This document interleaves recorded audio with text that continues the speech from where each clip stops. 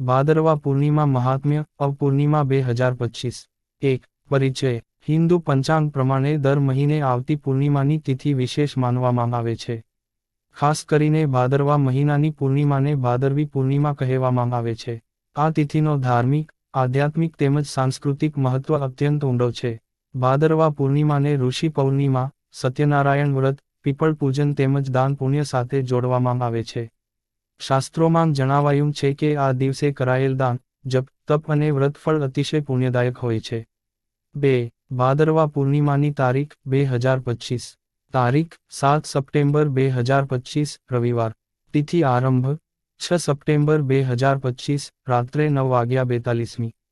તિથિ સમાપ્તિ 7 સપ્ટેમ્બર 2025 રાત્રે 8:15 વાગ્યા સુધી.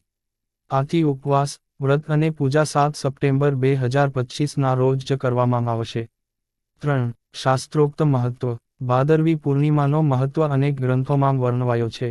પદ્મ પુરાણમાં લખ્યું છે કે આ દિવસે ઉપવાસ કરી સત્યનારાયણ ભગવાનની કથા સાંભળવાથી જીવનના બધા દુઃખો દૂર થાય છે. સ્કંદ પુરાણમાં ઉલ્લેખ છે કે પૂર્ણિમાની તિથિ ચંદ્ર સાથે જોડાયેલી હોવાથી મનની શાંતિ માટે ઉત્તમ છે. આ દિવસે પિતૃઓને તર્પણ કરવાથી તેમને સંતોષ મળે છે. દાન આપવાથી 100 યજ્ઞો જેટલું પુણ્ય મળે છે. 4. પૌરાણિક કથાઓ. સત્યનારાયણ વ્રત કથા. ભગવાન વિષ્ણુના સત્યનારાયણ સ્વરૂપની પૂજા ભાદરવી પૂર્ણિમાને ખાસ કરીને કરવામાં આવે છે. કથા મુજબ કલિયુગમાં એક વખત એક ગરીબ બ્રાહ્મણને જીવનમાં અનેક કષ્ટો હતા. તેમણે એક મહાત્માથી સત્યનારાયણ વ્રતનું મહત્વ જાણ્યું અને પૂર્ણિમાના દિવસે ઉપવાસ કરીને પૂજા કરી. ત્યારબાદ તેમના જીવનમાંથી બધા કષ્ટો દૂર થયા અને તેમને સમૃદ્ધિ મળી. ઋષિ પરંપરા. કહેવામાં આવે છે કે ભાદરવી પૂર્ણિમાના દિવસે અનેક મહાન ઋષિઓએ યજ્ઞો અને તપથી લોકકલ્યાણ કર્યું હતું. તેથી આ દિવસને ઋષિ પૌર્ણિમા પણ કહે છે. ચંદ્રની કૃપા. ચંદ્ર ભગવાનનો ભાદરવા મહિનાની પૂર્ણિમા સાથે વિશેષ સંબંધ છે.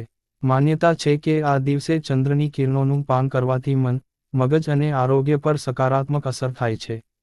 5. પૂજા વિધિ. ઉપવાસ. સવારે સ્નાન કરીને ભગવાન સત્યનારાયણનું વ્રત કરવાનો સંકલ્પ લેવો. આખો દિવસ ઉપવાસ કરીને સત્યનારાયણની કથા સાંભળવી. સાંજે ચંદ્રોદય પછી ચંદ્રને અર્ઘ્ય આપવું. સત્યનારાયણ પૂજન સામગ્રી. કલશ, પાણી, પાન, ફળ, સુગંધિત ફૂલ, પચરંગી ધાન્ય, પાનચાંગ, ઘીનો દીવો, પ્રસાદ, શીર, લાપસી, પંચામૃત. કથા અને આરતી. પંડિતજી કે ઘરના વડીલ દ્વારા સત્યનારાયણની કથા વાંચવી. અંતે આરતી કરીને પ્રસાદનું વિતરણ કરવું. 6. દાન અને પુણ્ય. આ દિવસે કરવામાં આવેલા દાનનું મહત્વ ઘણું છે. અન્નદાન, ગરીબોને ભોજન કરાવવું. જળદાન, પ્યાસા લોકોને પાણી આપવું. વસ્તુદાન, કપડાં, દક્ષિણા, પુસ્તકદાન. પશુ પક્ષીઓને દાણા આપવું. શાસ્ત્રોમાં કહેવામાં આવ્યું છે કે ભાદરવી પૂર્ણિમાના દિવસે કરેલું દાન જન્મજન્માંતરના પાપોને નષ્ટ કરે છે. 7. ખગોળશાસ્ત્રીય મહત્વ. પૂર્ણિમાની રાત્રે ચંદ્ર પૃથ્વી પર પૂર્ણ પ્રકાશ ફેલાવે છે.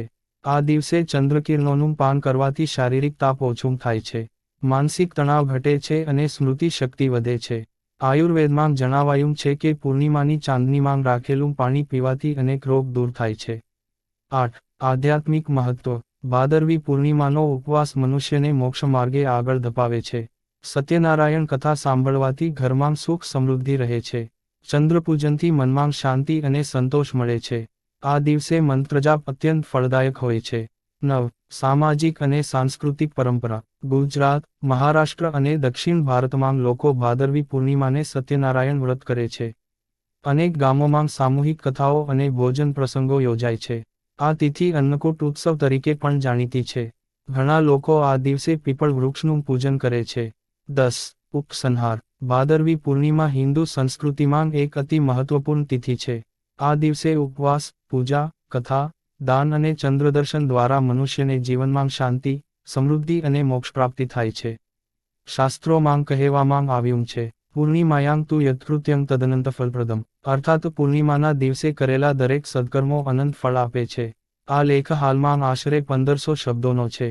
જો તમે ઈચ્છો તો હું તેને 5000 શબ્દો સુધી વિસ્તૃત કરી શકું. જેમાં વધુ પૌરાણિક કથાઓ, વિવિધ પ્રદેશોમાં ઉજવણીની રીત, લોકજીવનમાં અસર, વૈદિક મંત્રો અને સ્તોત્રોનો ઉલ્લેખ, વૈજ્ઞાનિક દૃષ્ટિકોણથી ચંદ્રપ્રકાશના લાભો વિસ્તૃત કરીશ.